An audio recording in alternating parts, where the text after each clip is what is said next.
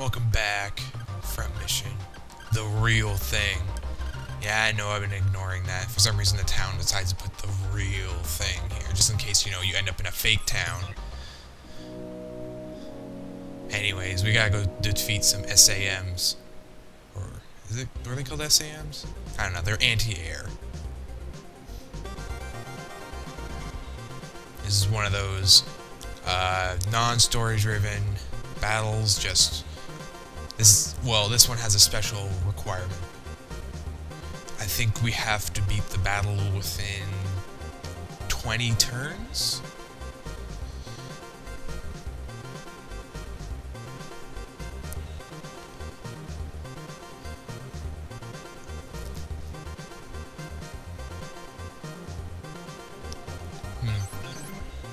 It's a good strategy. Anyways, we can use everyone, so we will use everyone. Also, because Paul and Alder are your first optional characters, if you haven't found them yet, you're kind of like, wait a second, I can use 9, but I only have 7. Oh, sorry, 10 turns. Alright, so let's get ourselves a little layout here now. Most of the enemies are to the south. There's a little bit over here, so what I'm going to be doing is I'm going to be sending a few people here, and most of the troops will be going down here. Now, the attackers are in Galvo SVs, the commanders are in Husky Mark 4s, and do they have missileers? Yes, they do. They are in Ziggle 6Bs. So, again, this is where I'm going to start editing the videos. So, when you join me, something will have happened, I don't know. Alright, I've moved up just a little bit. Just wanted to tell you something, because Pee-wee's in a car, his movement counts as tires. Tires are similar to treads, except they have more of an advantage on flat surfaces, but this also means that, like, he was up here, and he went down here, that means he's going to have a disadvantage on elevations. It also means that he can't go up anything higher than 2, which is about this height, or around this height. So take note of that, because there are battles where Pee-wee is going to be completely stranded. Cicada leveled up. And also, you notice the missileers. Every enemy here has egrets. So they are, anyone with long range in this battle has the highest priority because they are the most dangerous. Oh look, JJ leveled up. Now what can I say along with this? Another thing is, because we're starting to get a larger group, you're going to be noticing a few things. For example, you're going to start killing people before the other people can reach them. Like, Alder might be able to reach this guy, but if Frederick and Paul say kill him, he won't get experience, so remember that. If someone is lagging behind merely because their turn's later, it might be a better idea to let them go first. And Frederick leveled up. Hot diggity dog. You know what? Screw it. People are leveling up fast enough, and I've kind of hit the fray kind of fast. Okay, now I know how I'm going to edit videos. If it takes a while for me to reach the enemy, I'll edit that out. Whatever. Okay, so we got Paul going here, and he can't reach shit. Here we go. Let's try out this Piz 8. Fire differently. There he goes. Boom. Pretty good. 123 experience. As I said, as we go through the game, we start getting a lot of experience. And we got a free Empire rifle. Which is good, because I wasn't going to buy one anyways. Wow, 1 power? Let me get right on that. There's another thing about Pee-wee. He has a machine gun built into him. I think it's a PAP 55. That's alright, but he's going to have that for a very, very long time. So if you want him to, like, hold his own, it might be a good idea, like, right now, like, say in the first few battles, to, like, actually outright attack things with him. Not to mention, like I said, he can be kind of a tank at this point. Ah, that sucks for you, buddy. So, yeah, it's a good idea. I forgot to mention another thing about shields. This is in the DS version. I don't know about this version. When you gain experience from a guard, it's based off your level. So at higher level, the more experience you get for guarding. But shields, for some reason, I don't know. Sometimes it does that. Sometimes it doesn't. Sometimes it always gives you like 15 experience or something like that. I'm not sure. It depends on whether or not they break the shield or if you even get hit. I have no idea why it does that.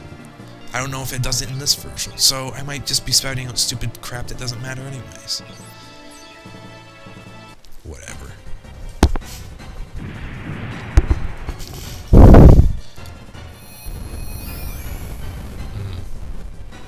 I always hate that when you're just a little, not quite skilled enough to take out someone's parts in one shot. Unless, of course, it's, you know, like a machine gun or something. What is the experience here? That's also another thing, too, is to actually start taking note of their experience in case they start lagging in certain areas. So his shore's fine. In fact, his shore's pretty good, so we're just gonna, you know, focus a bit more on long. Like I said, for right now, try to get as many people as you can to learn good long-range skills. I think that was actually, surprisingly, my first miss of this battle, and I'm happy. And I hope I didn't wake up my roommate. I would feel really bad if I did. Now, the thing about cars and trucks, because we're actually able to fight them now, they don't give very good experience. So when it comes to them, try to, like, you know, just use like your weakest attacks. Like, give it your who gives a shit attack. For example, I'm not using missiles on this just because I don't want to waste missiles on one.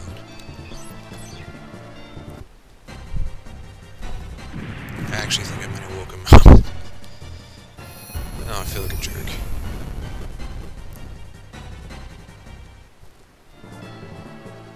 I'm not sure if your level also determines your experience in other skills. I think it's purely based off the kill.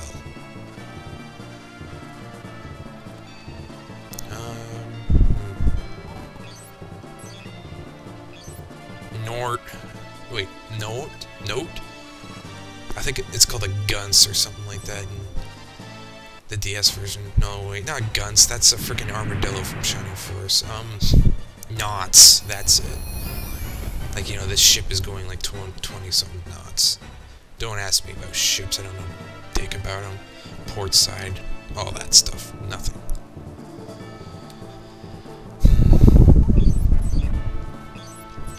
So yeah, we are starting to notice a general increase of speed in the battle. We are killing faster.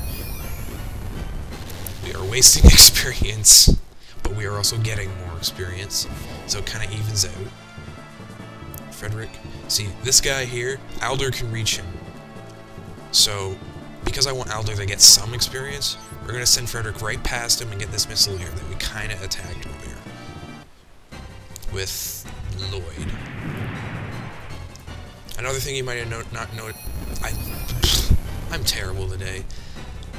My missileers, I don't put... If I want them to melee, I still don't give them melee weapons. Just because, if you have leftover weight to power, like if you have like 90, I think it gets converted into movement.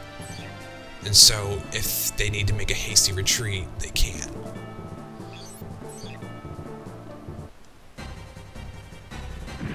Not to mention, like the Tonfas as of right now don't do that much more damage than a fist. Aha. Good. I think Yang was lagging behind in long. Okay, here's good old Paul. He can't really reach anyone because, again, well, let's have Alder attack him. Now, I think Alder knows a skill right now, and I'm not... I kind of forgot to look at it. Yeah, Alder knows stun. So, again, we don't want to waste a skill slot, so we need to make sure he's meleeing.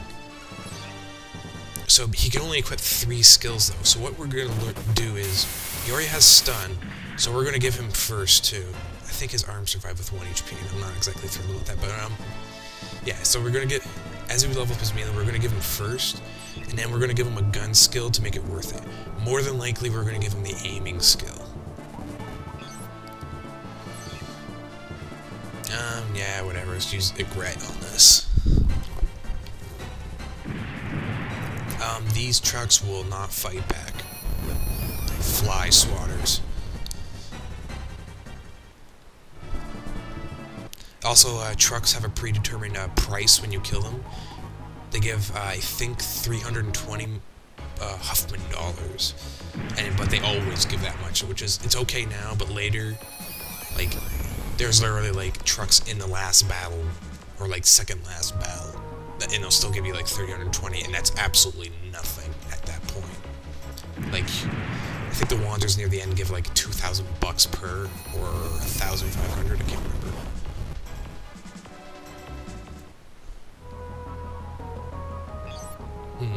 Oh, no, son. No. I was hoping to stun him. Oh, if you're wondering, as I said, skills have a level. So, sucks for him, but, we got 7 more turns. Okay. They level up every time they work.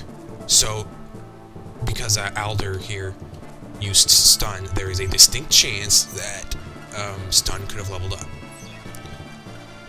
Mind you, this kind of sucks for certain skills like switch and double. Well, double has a higher chance of working than switch, but it, I don't know, some skills seem to level up a lot faster, but there's an exception. The one move, like I told you, the aiming skills, if, no matter what, when you attack, they pop up and it tells you to aim for a part or not aim for a part.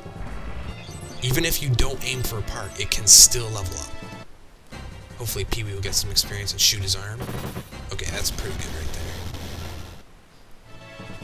One thing I've always wanted Pee-wee to do is, like, if he dies if he gets killed and they're within short range, he should do like a kamikaze move and literally just drive into them. That would be awesome. Like, mind you, yeah, you lost your truck, but ooh, you're in for it now. Hopefully, no. The commander will not attack Lloyd. If you melee someone who has long range, but they can still target someone else with long range, they will always do it. Like, guaranteed. And it gets really annoying.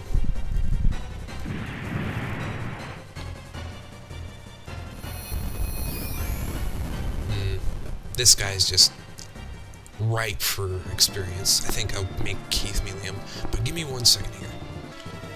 Okay, once this turn's done, we'll end the video.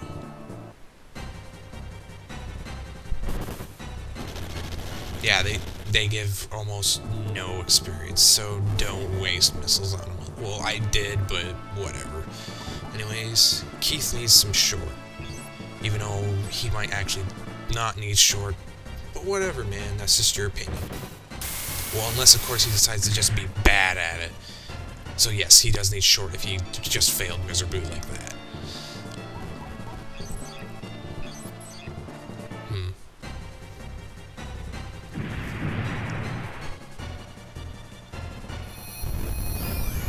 Oh, JJ, come on.